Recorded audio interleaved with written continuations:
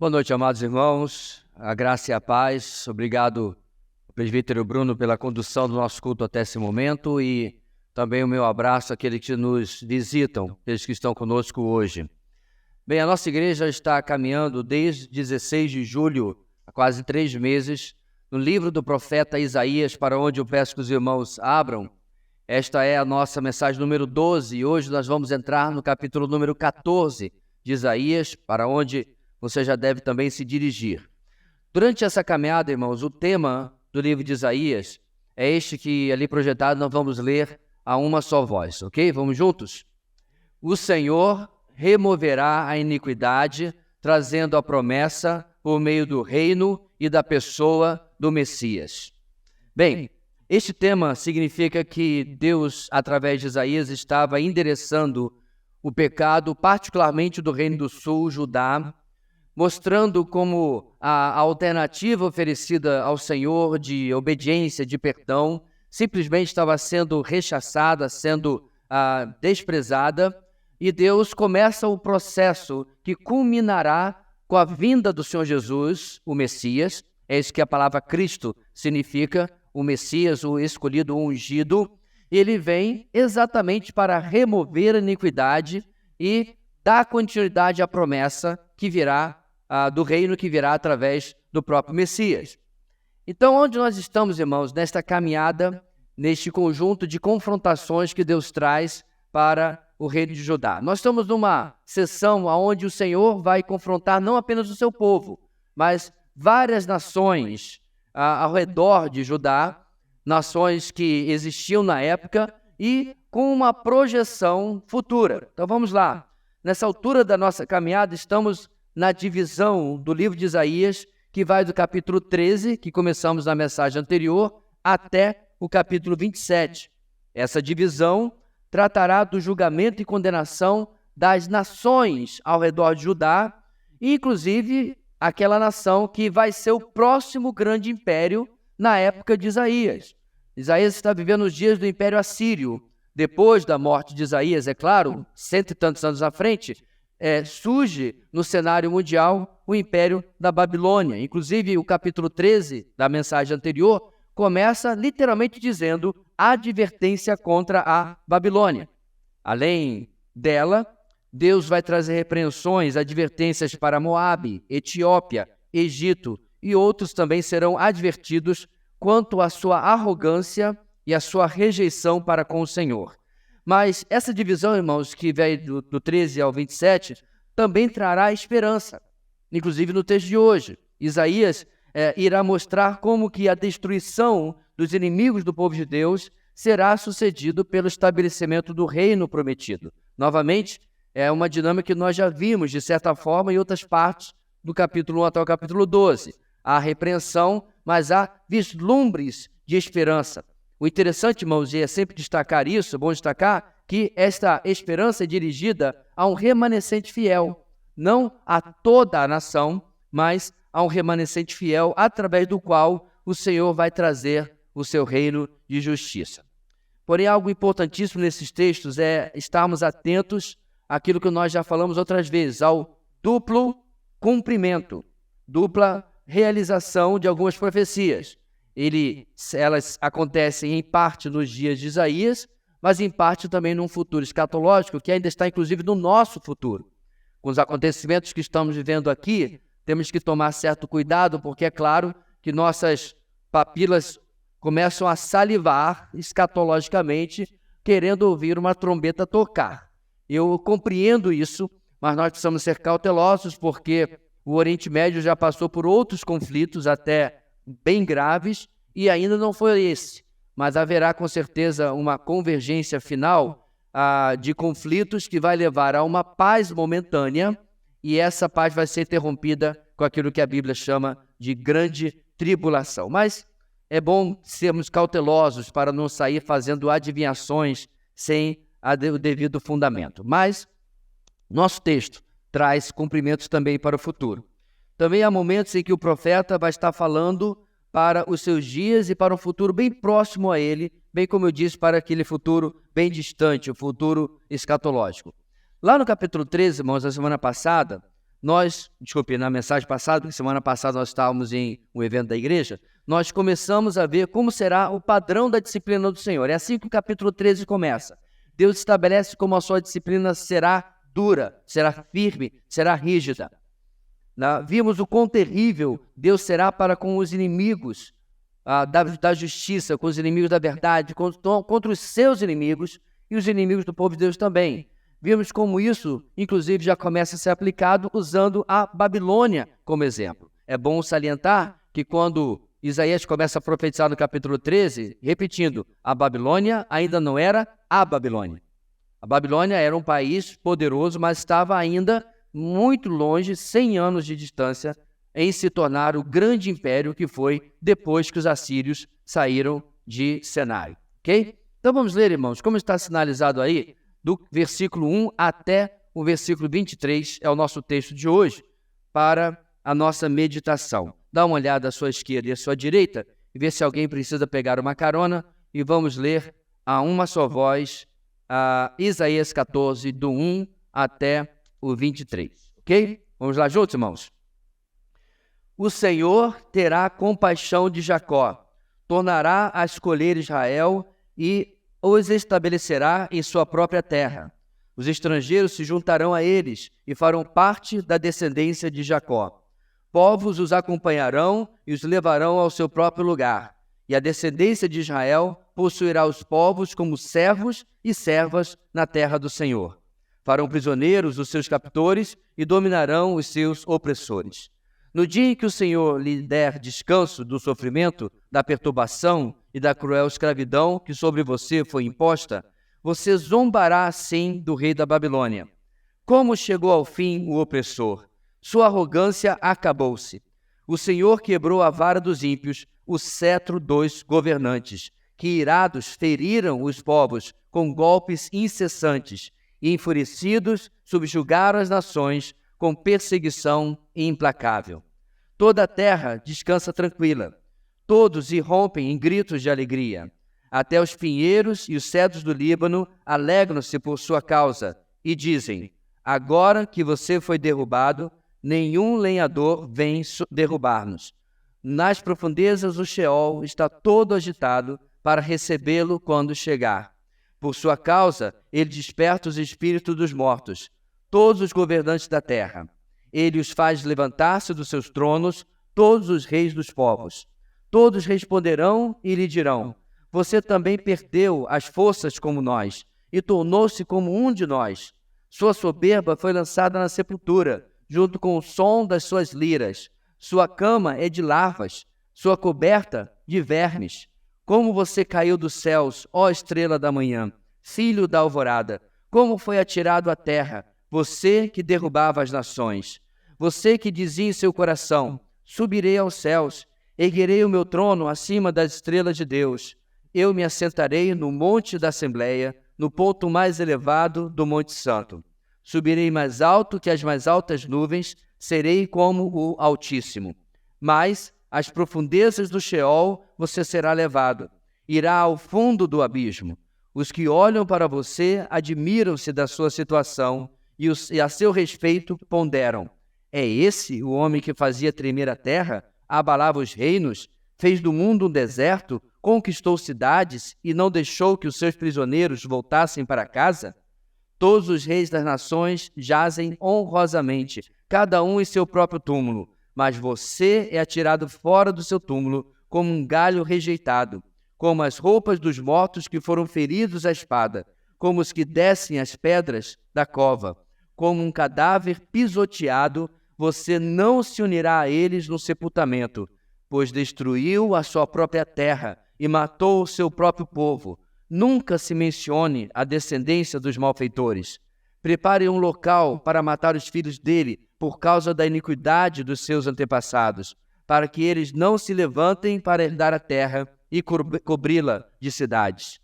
Eu me levantarei contra eles, diz o Senhor dos Exércitos. Eliminarei da Babilônia o seu nome e os seus sobreviventes, sua prole e os seus descendentes, diz o Senhor.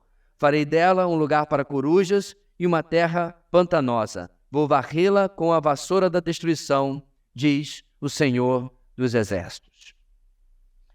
Como eu já disse, meus irmãos, o império deste momento, em Isaías, século VIII a.C., o império é a Síria.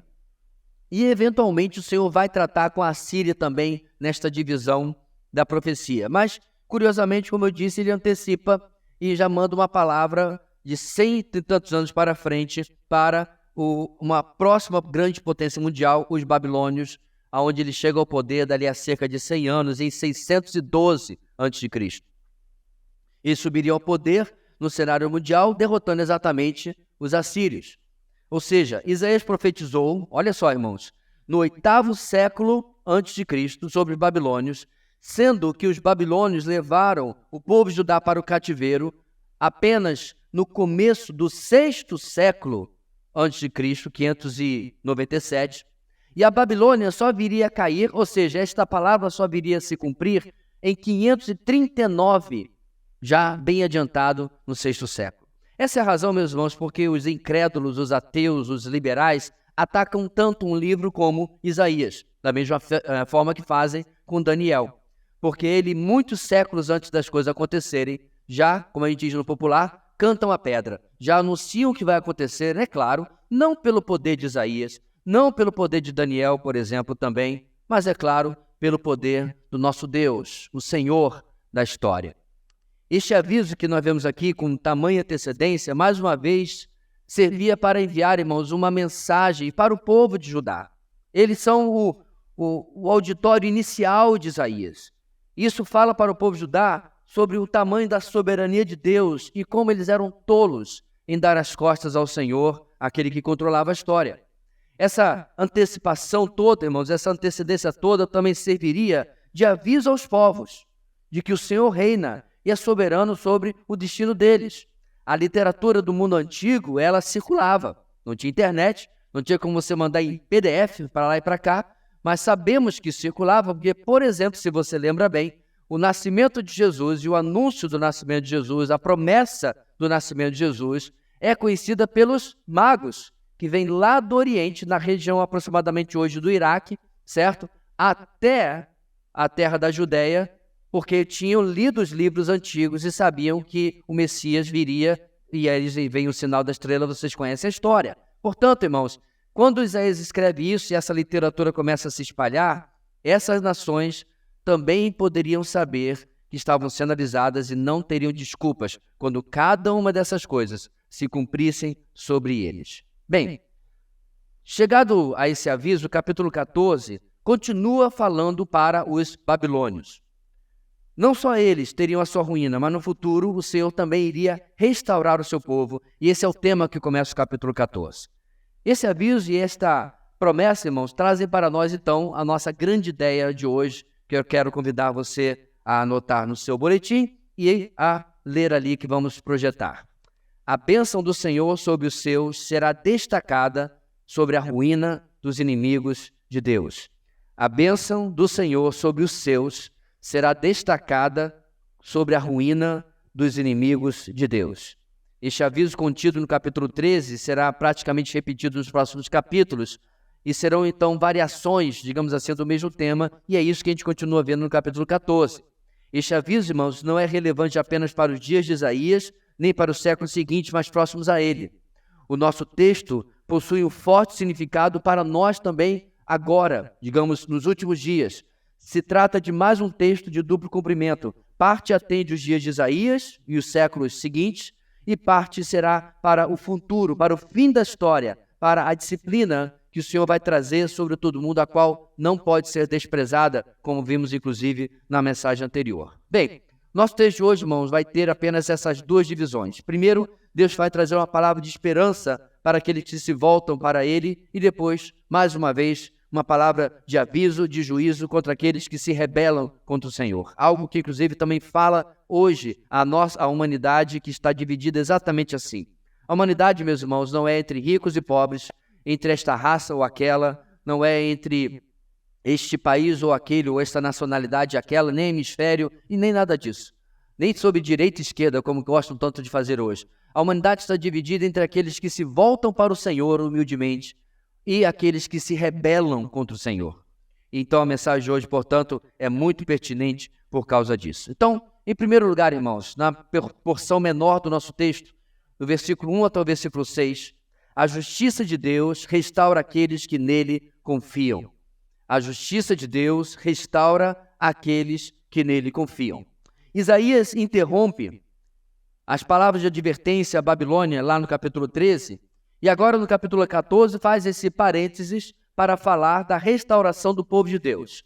E agora preste atenção, meus irmãos, importante inclusive por causa do cenário político do que está acontecendo desde ontem. Como nós já explicamos durante essa exposição, esta restauração do povo de Deus não se trata de todo o povo judeu. Também não se trata nem mesmo do Estado de Israel, como conhecemos hoje. Sempre a restauração está ligada a um remanescente que um dia se voltará para o Messias como sua única esperança.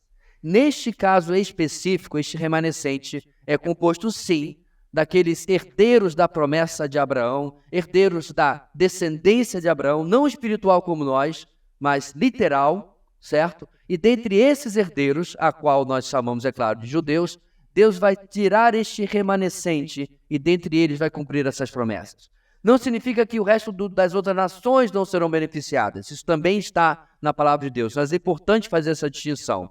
Pastor, mas por que é importante? Você já deve ter ido em uma igreja onde lá estava a bandeira do Brasil, o que eu não tenho problema nenhum, nós somos brasileiros, certo?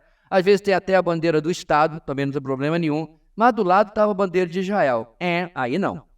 Porque isto aqui que estamos vendo, irmãos, não tem nada a ver com o país de Israel, o Estado de Israel, certo? Aquele que, infelizmente, está nesses dias em conflito armado com seus vizinhos. Bem, isso dito, esse próprio retorno só acontecerá porque o próprio Deus, diz o texto, terá compaixão de Jacó. Está no seu versículo 1, confere aí, por favor.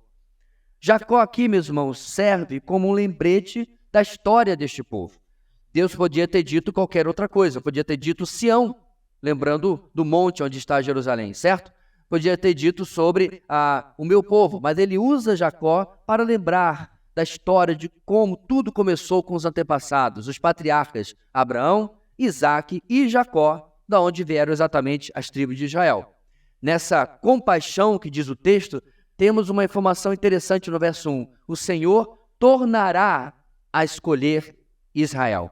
Eu conferi, meus irmãos, todas as versões traduzem de maneiras similares. É uma repetição, digamos assim, de escolha de chamar Israel para si. Isso encaixa perfeitamente, irmãos, em duas realidades no relacionamento do Senhor com o seu povo no Antigo Testamento. Presta atenção. Primeiro, a realidade da rejeição de um povo rebelde. Isso você tem em muitos e muitos lugares no Antigo Testamento. Mas eu escolhi aqui um texto que é familiar à nossa igreja, Oséias. Já tivemos a exposição de Oséias toda.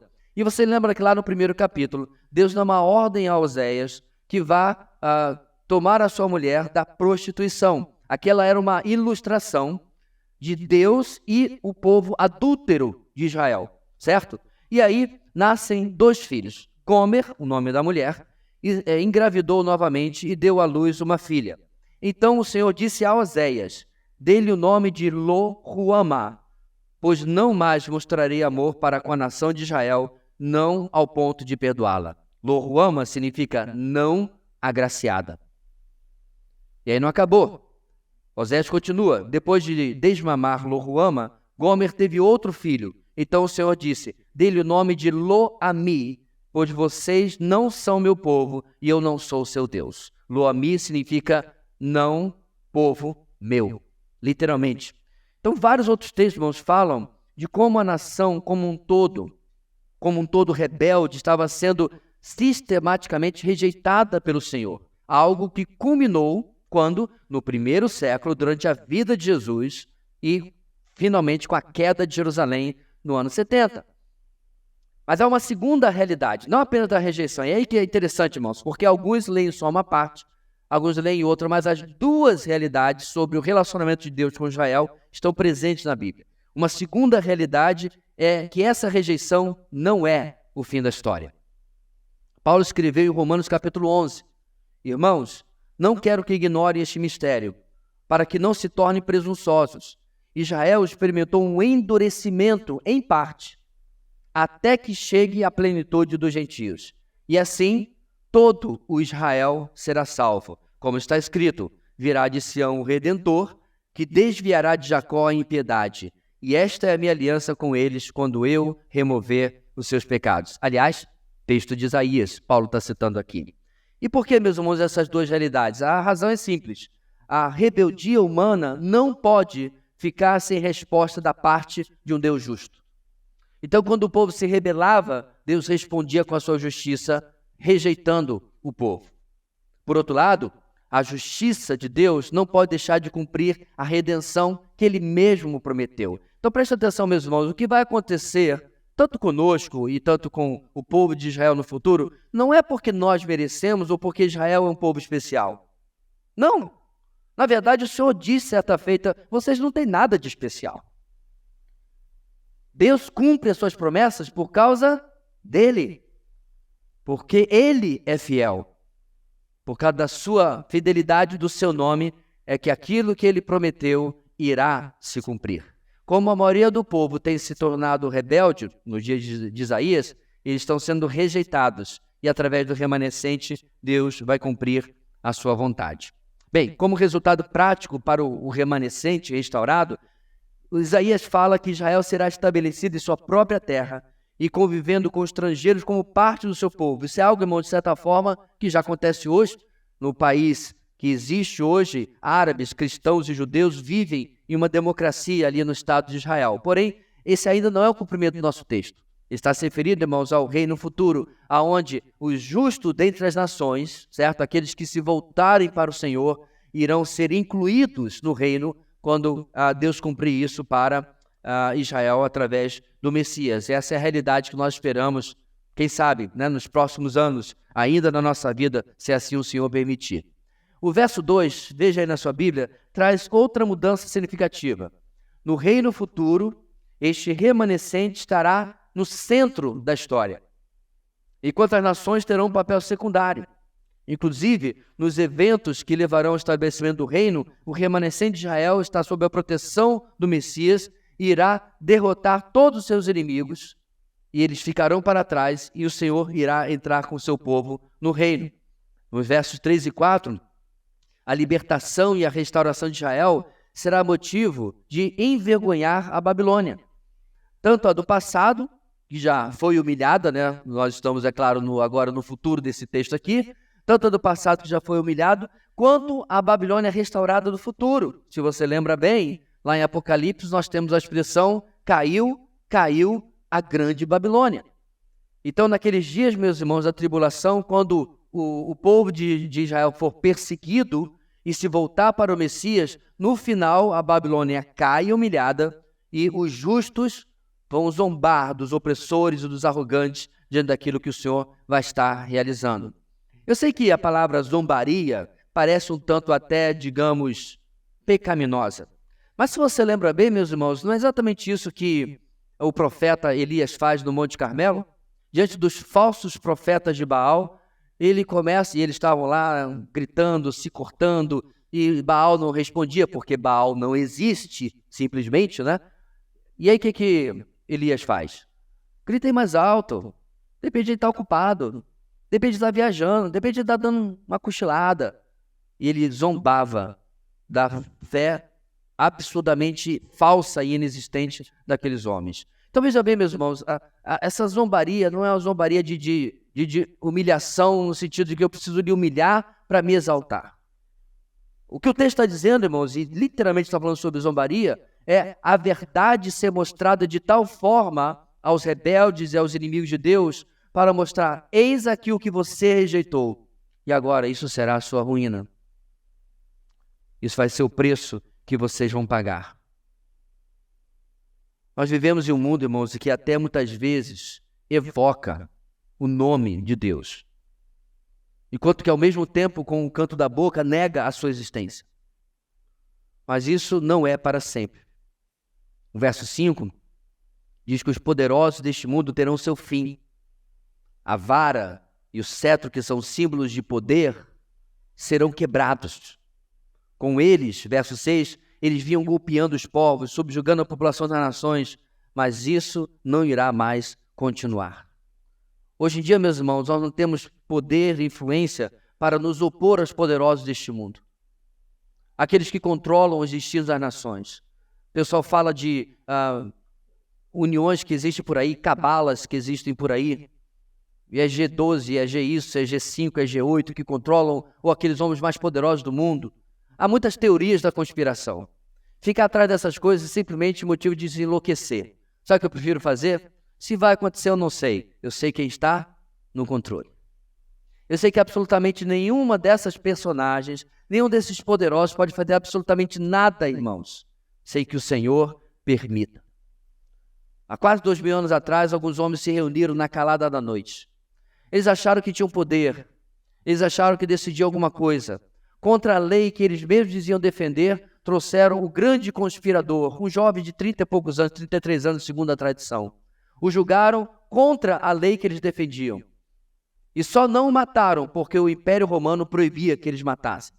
E aí o levaram com falsas acusações. E aí você sabe o final da história, ele acabou na cruz do Calvário, é o nosso Senhor Jesus. Onde estão esses homens? Quem são eles? Mal sabiam eles, meus irmãos, que na sua conspiração, eles estavam apenas contribuindo com a história que o Senhor da história já havia escrito.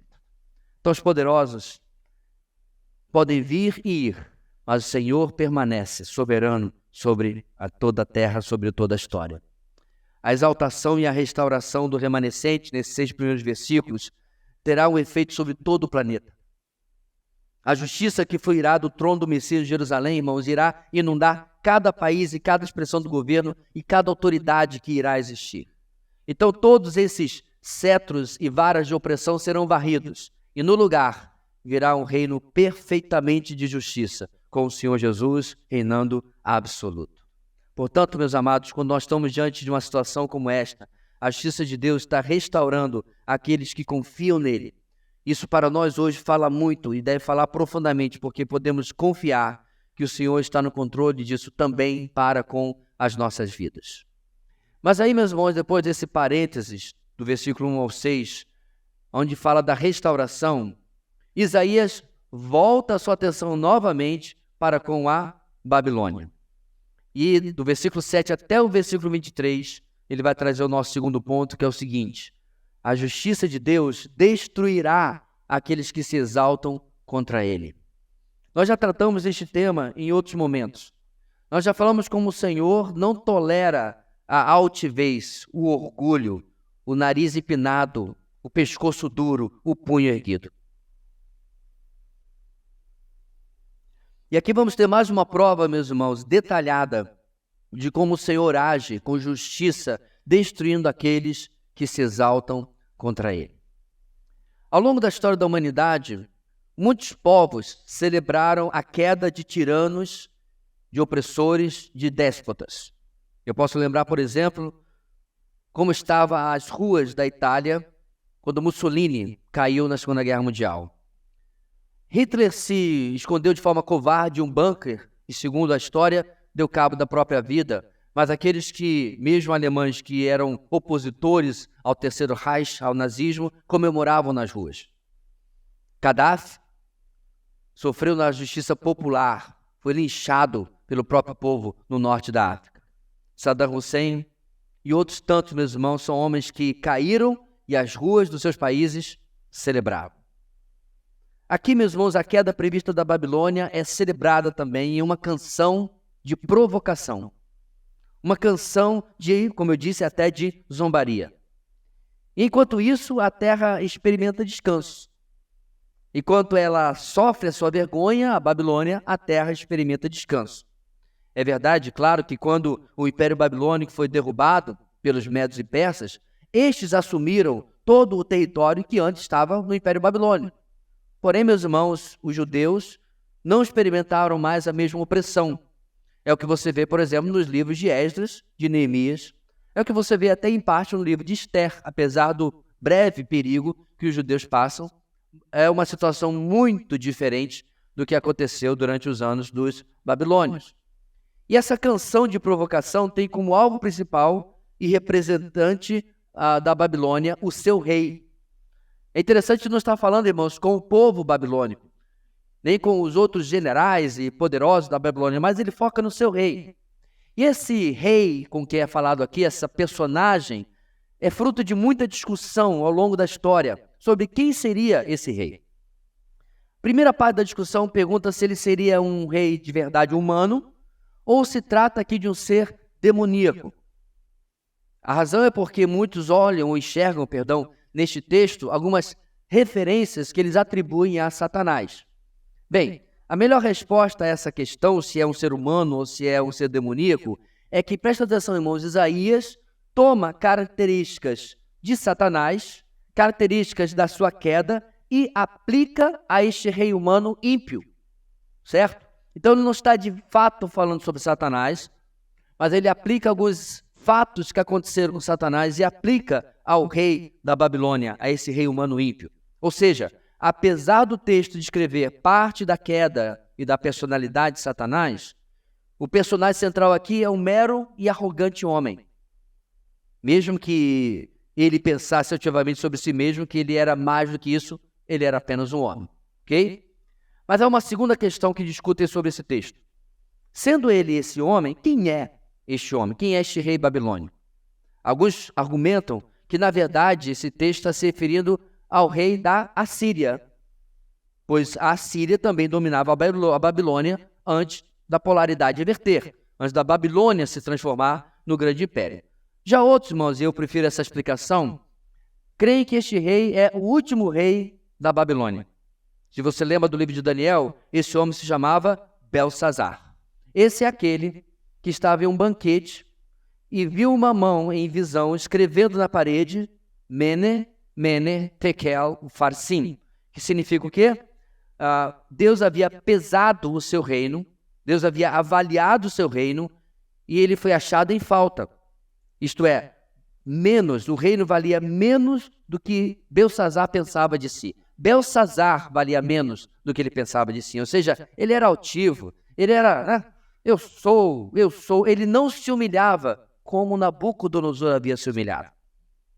E Deus o pesou, e naquela mesma noite, diz o texto de Daniel 5:30, Belsazar, rei dos babilônios, foi morto. E quem entra em cena? Os medo-persas, logo no próximo versículo. Dario. Então, muitos acreditam, e eu concordo com isso, que o texto está falando sobre este rei arrogante.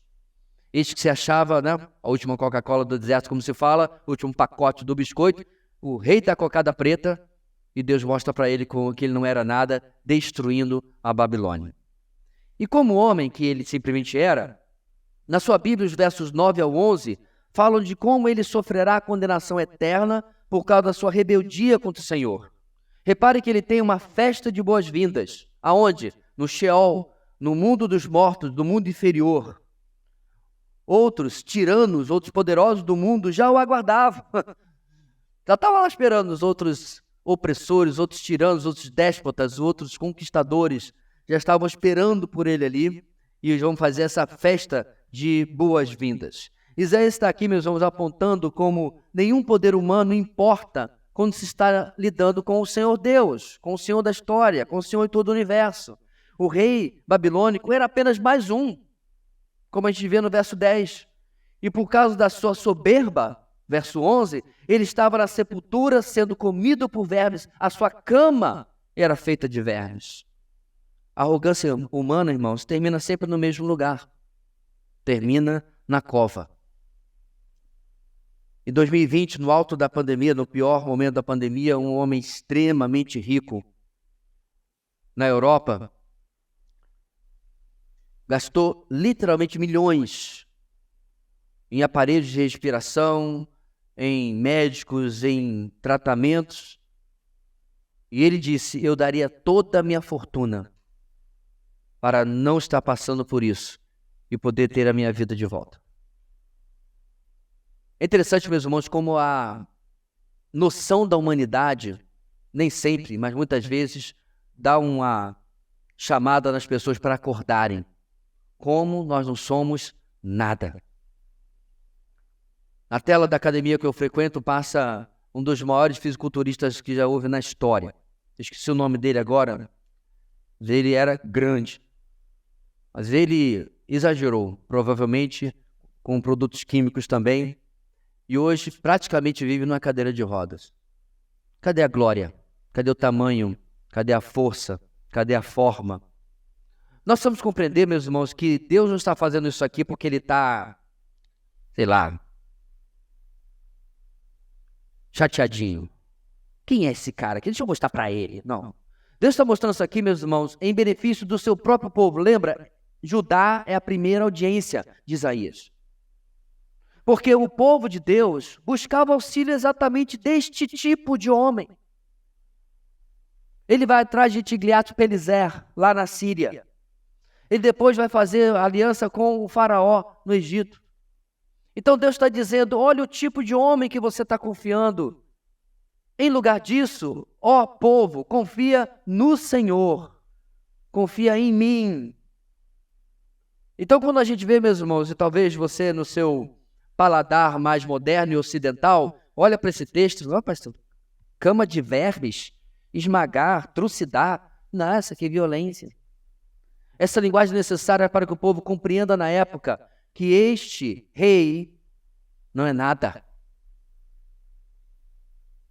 Quando o Império Babilônico sobe ao poder e, eventualmente, quando ele invade Jerusalém, Nabucodonosor, eu fico pensando, irmãos, se alguns lembravam do que Isaías escreveu aqui.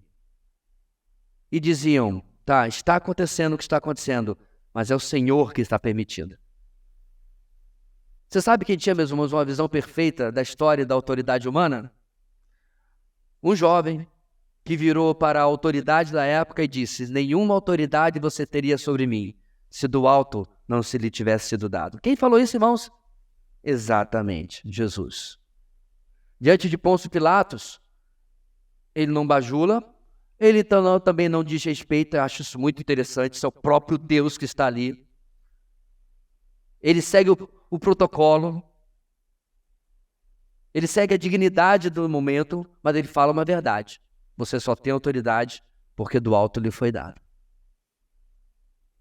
Para esclarecer melhor, ele havia dito a Pedro, horas antes, quando Pedro corta a orelha de Malco, você não sabe que eu posso orar ao meu Pai, ele vai mandar legiões de anjos?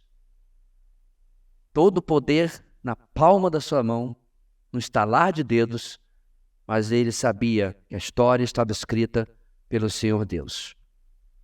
A arrogância humana, irmão, sempre termina na cova. Nos versos 12 a 14, nós encontramos uma descrição que foi atribuída, como eu disse, primeiramente a Satanás, ou sendo Satanás. Quem fez isso primeiro, irmãos, foi Tertuliano, na virada do 2º para o 3º século, ou seja, há muito tempo, e muito perto do início do século, ou seja, isso pegou muito ao longo da história.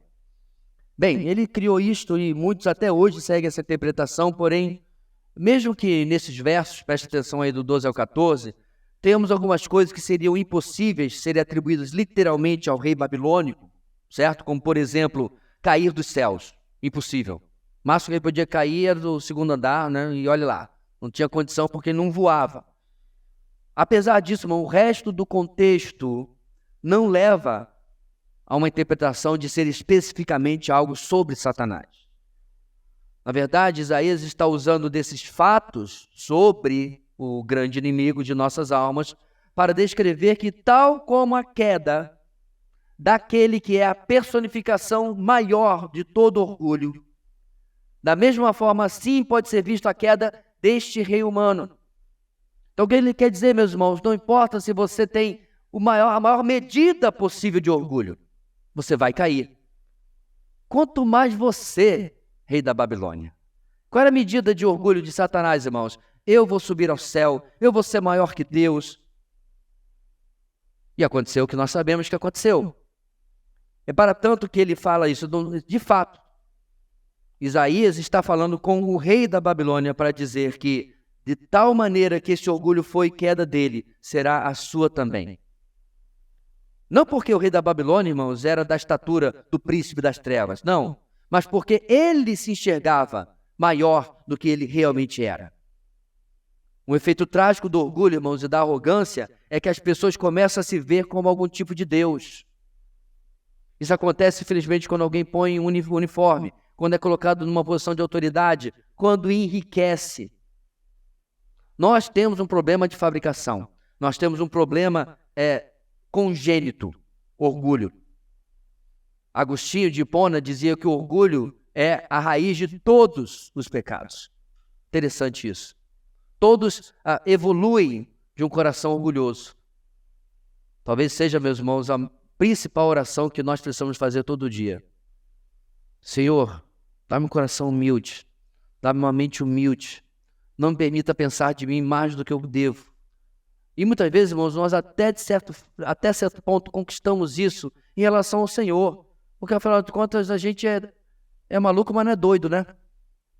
A gente reconhece a grandiosidade do nosso Deus, de como precisamos dele, e como ele é maravilhoso, como ele é gracioso, né? Mas também, ainda bem que eu não sou como esse aqui.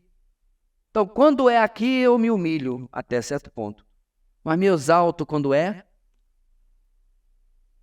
no nível horizontal, no nível dos nossos pares. Isso é algo que devemos tomar muito cuidado. No verso 15, porém, irmãos, quanto maior a altura, maior a queda. Aquele que é chamado, no verso 12, de estrela da manhã, vai ser apagado. O interessante, irmãos, da estrela da manhã é que ela dura muito pouco. Logo, o sol, que também é uma estrela, né? Mas é muito mais brilhoso para nós do que uma estrela longínqua. Logo, a estrela da manhã é ocultada, ofuscada pelo grande sol, que é maior aqui em Roraima, com certeza. Não quero saber o que os astrônomos possam falar. Não, ele é igual a todo lugar. Não é. Aqui ele é maior e tem um para cada um. Está sobrando. Então a estrela apaga. Agora outra coisa interessante, irmão, sobre essa expressão do versículo 12, da qual o rei será derrubado, é que é daí que vem a palavra que você conhece como Lúcifer.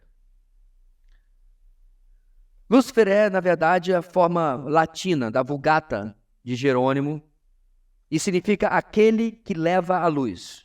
Ou seja, uma interpretação de que aqui, essa era a ideia, se falava sobre Satanás, levou que Satanás recebesse um codinome, um apelido, que até pode ser verdade em um dia.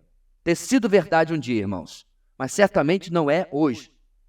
Um dia ele pode até ter sido a estrela da manhã ou aquele que leva a luz. Mas hoje, ele é o príncipe das trevas, o príncipe das potestades do ar, a antiga serpente, o adversário. Esses são os títulos que ele tem. Muito diferente de alguém que leva a luz. Na verdade, a palavra de Deus diz que quando ele quer enganar as pessoas, ele se disfarça de anjo de luz. Ele não é, de fato, isso assim. Da mesma forma como ele ruge como leão, mas ele não é o leão. Ele apenas assume o papel. Mas chega de falar de Satanás, porque ele nem é o foco desse texto e muito menos da nossa pregação. É nesse verso, irmãos, portanto, verso 15, que fala da queda deste rei, dos lugares mais elevados, até onde diz o texto? Até o Sheol, isto é, o lugar mais profundo e separado de Deus, o lugar dos mortos. Alguns querem identificar com a palavra inferno, não é bem exatamente a mesma coisa, mas vamos lá, é a profundeza de separação de Deus. E a sua queda, versos 16 e 17, causará espanto em que as pessoas se surpreenderão que tenha sido alguém tão impressionante e agora alguém que não impressiona nada. Alguém que tenha sacudido e atormentado e aprisionado as nações e agora foi lançado nas profundezas, longe de Deus. Da mesma forma acontecerá com todo arrogante. Ele experimentará a condenação por não se dobrar diante do Senhor. Outro julgamento está nos versos 18 e 20. Um sepultamento digno é algo que se deve a qualquer ser humano, não é verdade? Até mesmo um indulgente é enterrado às custas do Estado, seu corpo não é simplesmente jogado numa vala. Então, um sepultamento digno é algo que faz parte da dignidade humana. Já os reis, meus irmãos, eles não têm apenas um sepultamento com dignidade, mas com altas honras. mas não este aqui, que está sob julgamento do Senhor, sob condenação do Senhor. Os versos 18 a 20 mostram que ele será sepultado, digamos, aí sim, como menos que um indulgente. Mas não só isso, meus irmãos, ele também teria a sua descendência esquecida. De fato, os versos 21 e 22 falam de como seus filhos seriam mortos e nenhum descendente lhe ficaria como herdeiro. Rapaz, Deus estava querendo fazer um exemplo de fato desta pessoa. Novamente, meus irmãos, quando a Bíblia registra isso, não é para a gente dizer, muito bem, isso aí, gostei. Não. O propósito é outro. O propósito é olhar para mim. Se Deus trata este homem desta forma por sua arrogância, por que eu espero sempre graça sobre graça, misericórdia sobre misericórdia quando eu sou arrogante? Quer seja com ele, quer seja com o meu próximo. Não combina, meus irmãos, com um cristão, com alguém renascido, com o Filho de Deus. Para terminar, irmãos, o verso 13 termina a descrição desse julgamento dizendo que novamente o que a gente viu no verso 13, no capítulo 13, desculpe. Eventualmente, essa terra da Babilônia se tornou um lugar de ruínas e devastação e morada apenas de animais, simbolizado no nosso texto pelas corujas. Isso de fato aconteceu na história. Ao passar dos séculos, este lugar, onde um dia foi um grande império, uma grande maravilha do mundo, se transformou apenas em um montão de ruínas e absolutamente ninguém morava nesse lugar, apenas animais selvagens. Ou seja, exatamente como Deus falou, se cumpriu. Quais são algumas lições, irmãos, que podemos levar para casa em um texto? Talvez você lendo no seu devocional, você pare dizendo assim, o que isso tem a ver com a minha vida?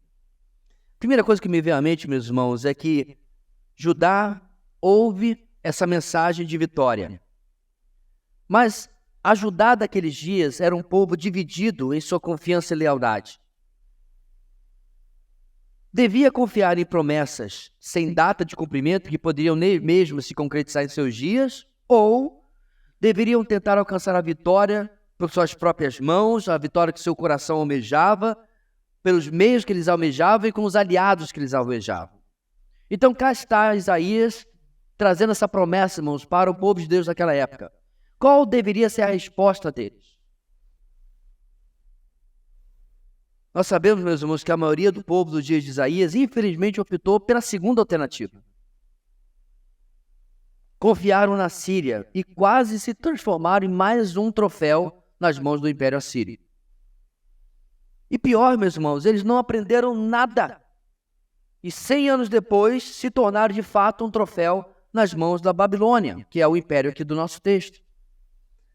Ou seja, meus irmãos, quando Deus oferece as suas promessas, o povo tinha uma escolha, mas obviamente, como a gente sabe, escolheu mal. E o que isso tem a ver conosco? Hoje, nós vivemos num cenário, meus irmãos, que igrejas desesperadas em atrair as pessoas fazem promessas vazias. Se eu terminasse este culto aqui dizendo qual é o problema que você está enfrentando na sua vida, é no seu casamento, é nas suas finanças, é no seu time não ganha, está na fase de rebaixamento de novo. Vem aqui na frente, nós vamos orar por você.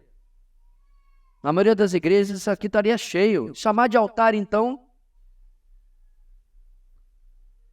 Aí pede altares para vir tocar uma música em tom menor. Aí a pessoa começa a chorar.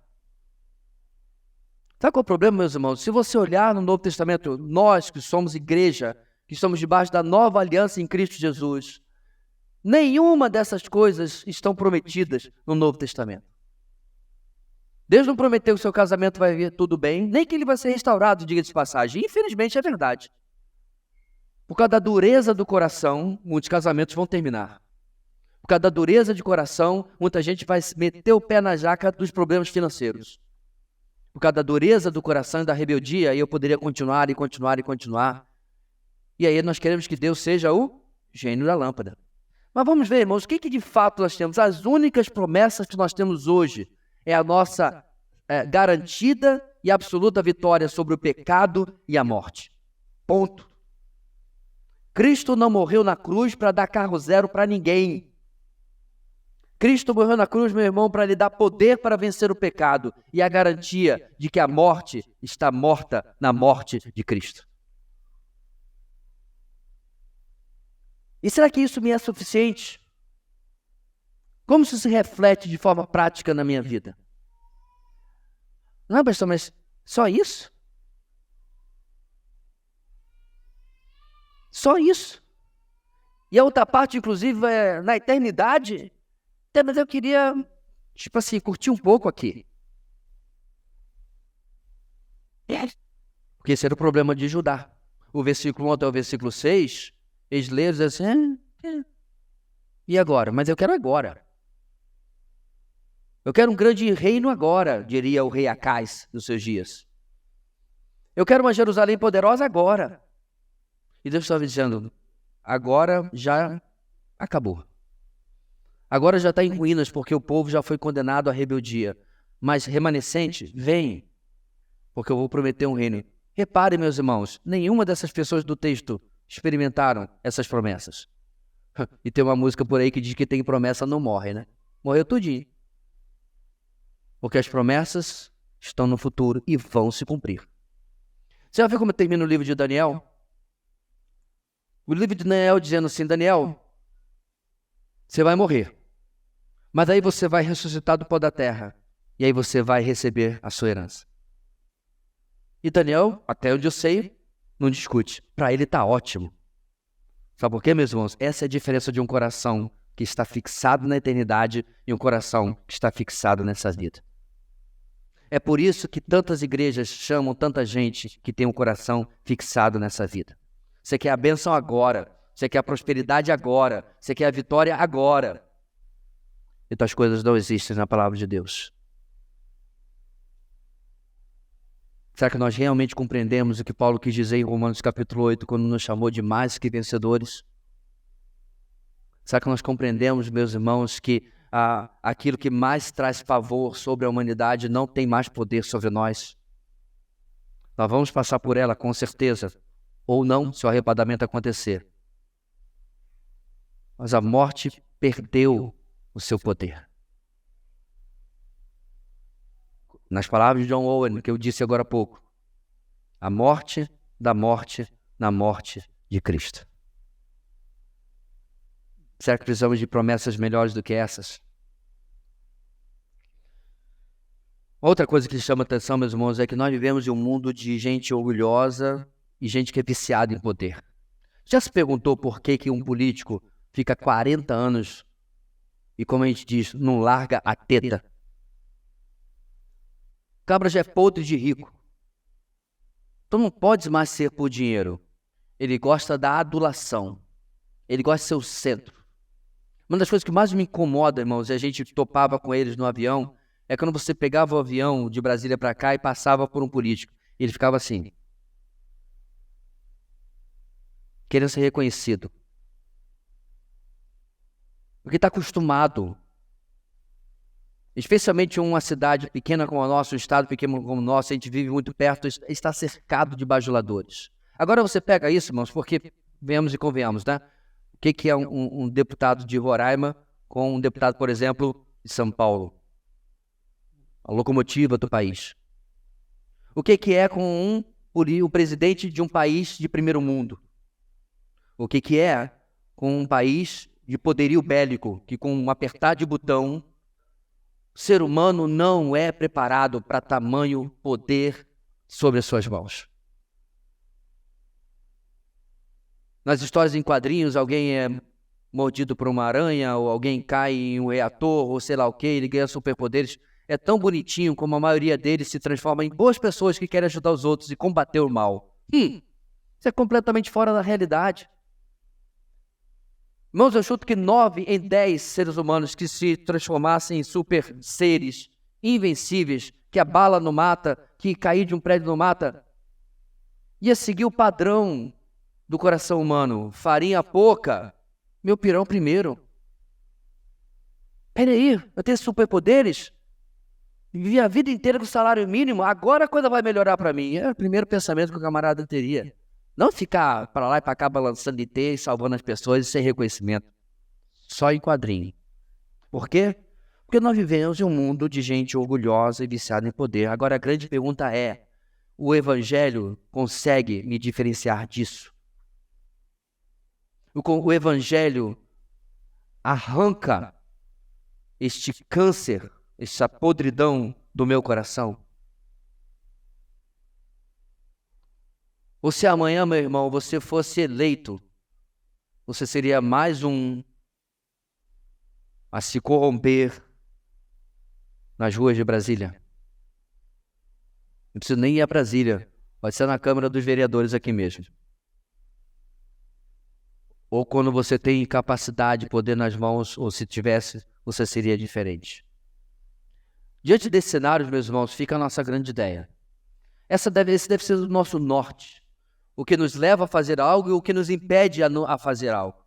Porque a bênção do Senhor sobre os seus será destacada sobre a ruína dos inimigos de Deus. Eu não sei você, mas eu quero estar bem longe da ruína dos inimigos de Deus. Pela graça do Senhor, porque eu não mereço absolutamente nada, está recebendo a bênção que Ele tem para os seus. Que de repente, meu irmão, minha irmã, pode não ser nesta vida. Você pode passar essa vida inteira no anonimato, seu nome não se transformar em ninguém famoso. Passar a vida inteira e você não dirigir carros caros ou casas extremamente ricas. Você pode ser literalmente mais um na multidão. Mas é melhor ser mais um na multidão e ter o nome escrito no livro da vida do que ter todo o destaque deste mundo e o nome estar ausente lá. Amém. Deus querido, muito obrigado mais uma vez, porque o texto de Isaías 14 nos mostra claramente a enorme diferença e o contraste que existe. De como o Senhor faz promessas em cima de promessas por tua causa para aqueles que te pertencem. E como aqueles, ó Deus, que insistem nos seus caminhos, insistem nas suas decisões, centradas em si mesmos, às vezes, inclusive, falando o nome de Deus, como eles sofrerão a queda do seu orgulho, porque o Senhor não tolera a altivez humana. Ajuda-nos, ó Deus, a olhar essas ilustrações como avisos, como alertas para nossas próprias vidas. E faz-nos ter uma vida que já se regozija, ó Deus, porque além de Cristo, que já é suficiente em nossas vidas, o Senhor tem nos abençoado tanto. Obrigado, Deus, está-nos uma semana em que pensemos sobre isso. Como somos grandemente abençoados. Que o Senhor nos guarde debaixo desta verdade a cada momento. Em nome de Jesus. Amém e amém.